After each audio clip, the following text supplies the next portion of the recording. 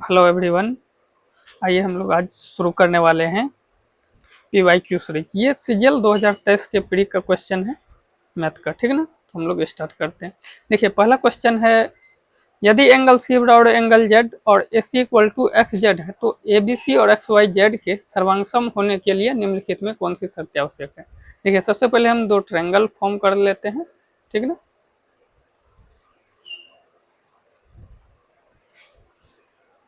ये है ABC, x Y और जेड। सिर्फ समझने के लिए उतना सही से फिगर बना नहीं है। इसमें बोला क्या गया कि एंगल सी जो है ये एंगल जेड के बराबर है, ठीक ना। और दूसरा क्या बोला है कि AC जो है एक्स जेड के बराबर है। और वो AC एक्स जेड के बराबर है तो सर्वांगसम होने के लिए कौन सा। देखिए सर्वांगसम होने के लिए सबसे पहले क्या होता है, एक तो साइड एंगल साइड इक्वल होना चाहिए, दूसरा क्या होना चाहिए एंगल साइड एंगल, और तीसरा जो है रूल क्या होता है उसके लिए, तीनों साइड हमारा इक्वल हो।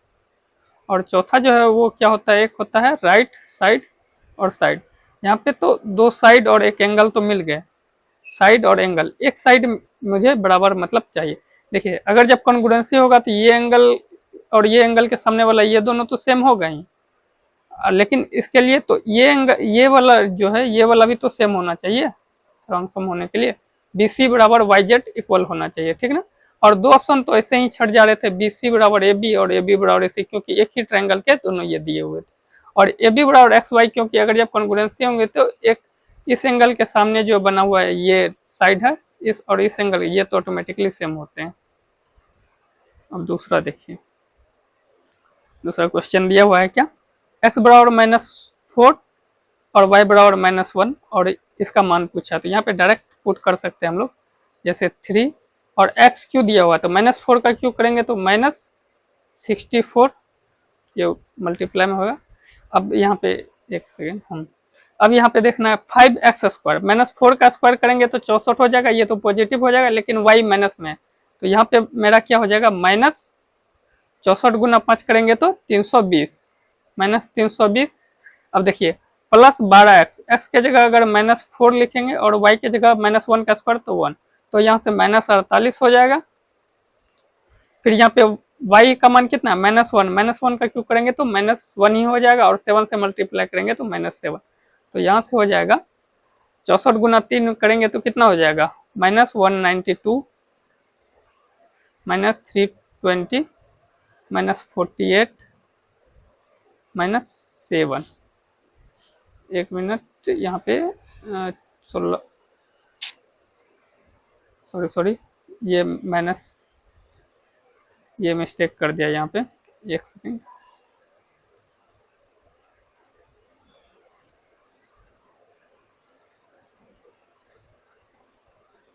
यहाँ पे हो जाएगा 4 का स्क्वायर 16 पंचे -80 हो जाएगा। अब देखिए यहाँ पे भी इसको काट लीजिए, -192 -80 -48 -7। अगर इसको ऐड कीजिएगा तो 2 और 2 10 7 17, यानी यूनिट डिजिट 7, तो -327 आंसर हो जाएगा आपका, ठीक है ना। इसके बाद नेक्स्ट देखते हैं अगला क्वेश्चन। अब देखिए cos थीटा बराबर √3, तो यहाँ से डायरेक्ट थीटा का मान पता चल गया, क्या होगा 30 डिग्री, ठीक ना। अब देखिए 10 स्क्वायर 30, 10 का मान क्या होता है तो 1/√3 होता है। तो 10 स्क्वायर 30 डिग्री है तो 1/3 इंटू कॉस स्क्वायर 30, कॉस 30 का मान कितना दिया हुआ है तो √3/2, तो √3 का स्क्वायर करेंगे तो 3 और 2 का स्क्वायर करेंगे तो 4, तो 3 से ये 3 खत्म हो जाएगा, 1/4 हमारा आंसर हो जाएगा, ठीक ना। अगला देखिए, अब ये क्वेश्चन देखिए, एक सेकेंड।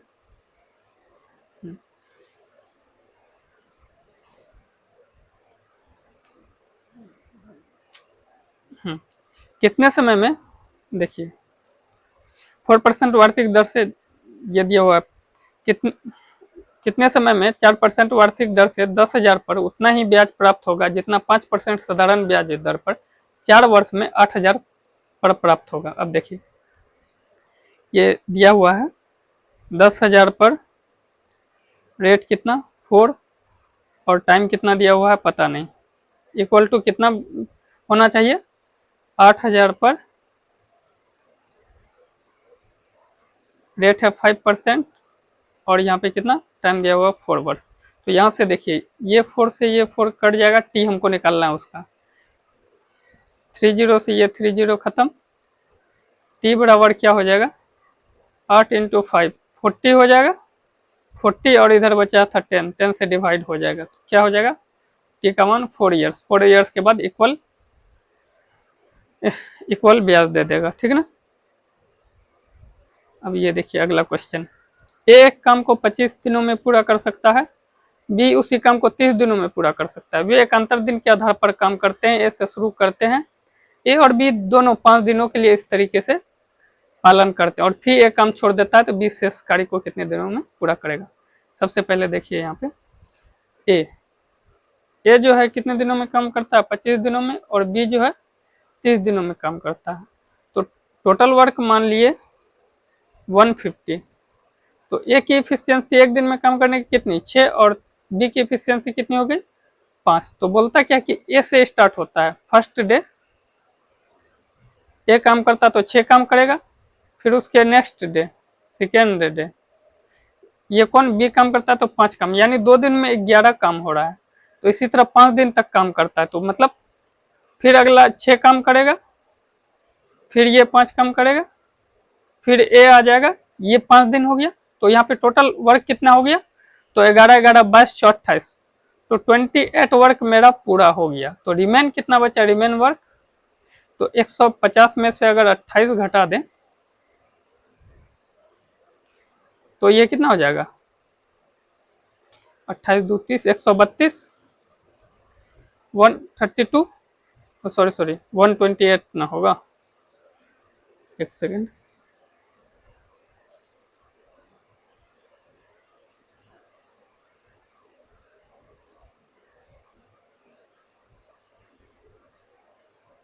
वन 120 वर्क हो जाएगा यहाँ पे। और 120 वर्क बोला क्या गया है कि बी जो है शेष कार्य को, यही रिमेन वर्क को कौन करता है बी पूरा करता है। तो बी की एफिशिएंसी कितना है, तो इससे अगर हम डिवाइड कर देंगे 5 से तो कितना हो जाएगा 24.2/5 डेज, इतने दिनों में काम मेरा पूरा हो जाएगा।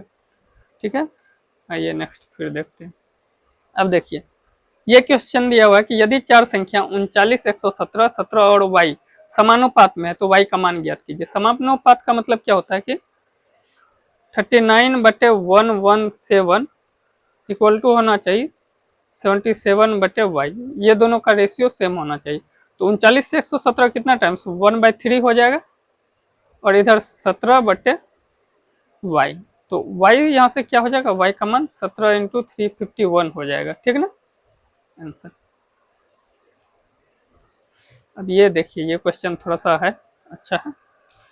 देखिए बोल रहा है क्या है, अपनी यात्रा के एक भाग के रूप में एक व्यक्ति 80 किलोमीटर पर आवर की चाल से 120 किलोमीटर की यात्रा करता है। अगले 100 किलोमीटर की यात्रा 40 किलोमीटर पर आवर की चाल से करता है और 75 किलोमीटर आवर की चाल से प्रारंभिक स्थान से वापस आता है। पूरी यात्रा में व्यक्ति का औसत चाल ज्ञात करना है। देखिए पहले कितना 120 किलोमीटर चलता है, ये 120 किलोमीटर, फिर चलता है कितना 100 किलोमीटर, तो ये टोटल कितना हो गया 220। ये चलता है 80 के स्पीड से, ये चलता है 40 के स्पीड से, और रिटर्निंग जो आता है रिटर्निंग कितने के स्पीड से आता है 75 के स्पीड से आता है। तो औसत एवरेज निकालने के लिए हम लोग क्या जानते हैं, एवरेज चाल निकालने के लिए जो फॉर्मूला होता है टोटल डिस्टेंस बटे टोटल टाइम टेकन जो होता है, ठीक ना, तो वही यहाँ पे यूज करेंगे। तो टोटल हम लोग का कितना हुआ है 220 प्लस 200 440 डिस्टेंस हो गया, क्योंकि गया भी और आया भी, तो टोटल 220 प्लस 220 440। अब देखिए 120 को अगर 80 किलोमीटर के हिसाब से चलेगा तो कितना टाइम लगेगा 3/2 आवर्स, प्लस अगर 100 को 40 के हिसाब से चलेगा तो इसको कितना टाइम लगेगा 2.5 घंटा। 2.5 घंटा को कैसे लिख सकते हैं 5/2 आवर्स, और 220 को 75 के स्पीड से चलेगा तो ये कितना हो जाएगा 220/75, इसको थोड़ा सॉल्व कर लेते हैं, ये हो जाएगा और 5 चौके 20, 44, 44/5 आवर्स। तो अब यहाँ से देख लेते हैं, 440 ये हो जाएगा 45 प्लस 75 प्लस 88, सॉरी सॉरी, ये 15 ना होगा, यहाँ पे 15 तो 88, और नीचे में ये एलसीएम आ जाता है यहाँ पे कितना, 30। तो जब इसको सॉल्यूशन करेंगे तो 440 गुना 30, और नीचे में कितना हो जाएगा, 88, 7, 8, 5, 13, 5, 18, 208, 208 बन जाएगा। तो यहाँ से हो जाएगा 220 से 440 तो 104, यहाँ से 8 से 8, 13 से ये कट जाएगा 104, और 8 से ये कटेगा, और दोनों 16, नहीं, एक सेकेंड, इसको ऐसे कटा लेते हैं, 220 गुना 440, 110 से 220, तो ये हो गया, सॉरी सॉरी मिस्टेक, 52 से 104, फिर ये कट जाएगा 55, 55 से 110 तो ये कट जाएगा 26, और ये 15 से 30 तो 13 से 26, ठीक है ना। तो अल्टीमेटली बचा क्या मेरे पास, 55 गुना 15 सॉरी 55 गुना 15/13, तो ये हो गया कितना, 550, 875, 550, 250, 825/13, तो यहाँ से 13 छक्के 78, 78 4, 13 39, 63, 63 वाला एक ही ऑप्शन में आ रहा है, तो ये हमारा ऑप्शन हो जाएगा 7 का सी, ठीक है ना। फिर नेक्स्ट क्वेश्चन देखते हैं। ये क्वेश्चन देखिए, बोला जा रहा है कि बार चार्ट एक फर्म की सकल राशि और कुल लागत दर्शाता है, ठीक है ना। 25% का लाभ अर्जित करने के लिए 2019 से 20 में सकल राशि कितनी होनी चाहिए। सकल राशि ये टोटल है और ये ग्रॉस अमाउंट है, तो इसमें 2019 से 20 में ये सकल देखना होगा, ये वाला टोटल, तो टोटल लिखा रहा है 6500, तो बोला क्या कि 25%, तो 25% का प्रॉफिट चाहिए। 25% की फ्रैक्शन वैल्यू क्या होती है, 1/4, तो बोला है प्रॉफिट, तो प्रॉफिट यानी 4 से कितना होना चाहिए, 5, और 4 का मान दिया हुआ है यहाँ पे 6500, तो 5 का मान पूछा हुआ है, तो ये कितने टाइम्स है, 16 चौके 64, 1625, तो 5 का मान क्या हो जाएगा, 5 इंटू 1625, तो 16 पंचे 8000, 8125 होना चाहिए, ये आंसर है आपका, ठीक ना। इसके बाद नेक्स्ट, ये देखिए 900 मीटर लंबी एक ट्रेन 108 किलोमीटर की चाल से चल रही है। 900 मीटर लंबे प्लेटफॉर्म को पूरी तरह से पार करने में इसे कितने समय लेगी। जब ये किसी प्लेटफॉर्म, ट्रेन की एक चीज याद रखिए, किसी प्लेटफॉर्म को पार करे, किसी अदर ट्रेन को पार करे, या किसी सुरंग को पार करे, किसी सुरंग को पार करे, तो ये इसमें जो है कि ट्रेन की लंबाई भी, length of train plus length of platform, और इसमें length of train plus length of other train की भी लंबाई ऐड होती है, और इसमें भी लेंथ ऑफ ट्रेन के साथ लेंथ ऑफ सुरंग दोनों को ऐड किया जाता है डिस्टेंस में। तो यहाँ पे भी ऐड करेंगे 900 प्लस 900, ये 18 हो गया। यहाँ पे लगता क्या है कि समय निकालना है ना, तो समय बराबर क्या निकलता है, दूरी बटे चाल, यानी डिस्टेंस बटे स्पीड। तो ये डिस्टेंस हो गया कितना, 1800, और स्पीड क्या है 108 किलोमीटर पर आवर, लेकिन हमको बताना क्या चीज में है, मीटर पर सेकंड में। तो इसको मीटर पर सेकंड में चेंज करने के लिए क्या करते हैं, 18 से गुना करते हैं, तो ये गुना करेंगे, यहाँ 5/18 से गुना करेंगे तो ये हो जाएगा 6 से 108, यानी 1800/30, तो यहाँ से कितने टाइम्स हो जाएगा, 60 सेकेंड में ये पार कर लेगी, ठीक है ना, 60 सेकेंड आंसर हो जाएगा। अब नेक्स्ट देखते हैं,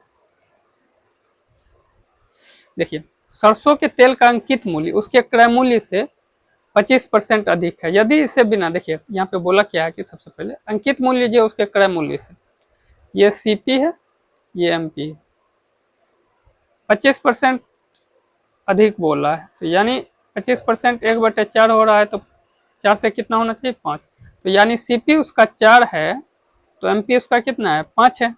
यदि इसे बिना किसी लाभ या हानि, बिना किसी लाभ या हानि के, मतलब जितना में वो खरीदा, जितना सीपी है उतना में ही बेच रहा है, जितना सीपी है उतना में ही बेच रहा है, यानी सेलिंग प्राइस इसका क्या है, तो 4 ही है। और एमपी क्या था, 5 था, यानी 5 का सामान अगर आप 4 में बेच रहा है तो कितना कम में बेच रहा है, 1 कम में बेच रहा है, किससे, तो एमपी से ही ना कम होगा, तो 1/5 पूछा क्या है, तो एमपी से कितना, तो एमपी से कितना 1/5, तो 20% कम में बेचेगा, ठीक ना। 13 नंबर देखिए, बोला गया है कि एक पुरुष, एक लड़का और एक महिला की शिकारी को 10 दिन, 15 दिन और 30 दिन में करते हैं। जैसे मान लीजिए